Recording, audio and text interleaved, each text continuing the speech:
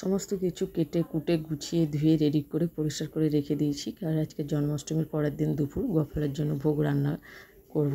তো আমাদের এইসব অঞ্চলে নিয়ম জন্মাষ্টমীর পরের দিন দুপুরে গোপালকে ভোগ দেওয়া। তো এদিকে গোবিন্দভোগ চালের খিচুড়ি বসিয়ে দিয়েছি, আর এই পাশে সব সবজি কেটে ধুয়ে পরিষ্কার করে রেখেছি। 5 রকমের ভাজা করব। দেখো এদিকে আমার খিচুড়িটাও রান্না হয়ে গেছে, আর ওইদিকে 5 রকমের ভাজাও আস্তে আস্তে করে ফেলেছি। তো এদিকে আলু ভাজা করেছি, গাজর ভাজা, বেগুন ভাজা, কুঁদরি ভাজা আর বরবটি ভাজা, আর হবে চাটনি, আর একটা হবে সবজি। তো দুটাই বাকি আছে। তো সমস্ত রান্নাবান্না করে আর হবে পায়েস। সমস্ত রান্নাবান্না করে গোপালকে ভোগ দিয়ে দিয়েছি সমস্ত তুলসীপত্রের উপরে দিয়ে। দেখো, তো তোমরা অবশ্যই জানিও তোমাদের সব অঞ্চলে কী রকম নিয়ম। আমাদের এদিকে জন্মাষ্টমীর পরের দিন গোপালকে ভোগ নিবেদন করতে হয়। তো সব কিছু সুন্দর করে সাজিয়ে গোপালকে ভোগ নিবেদন করা হয়ে গেছে।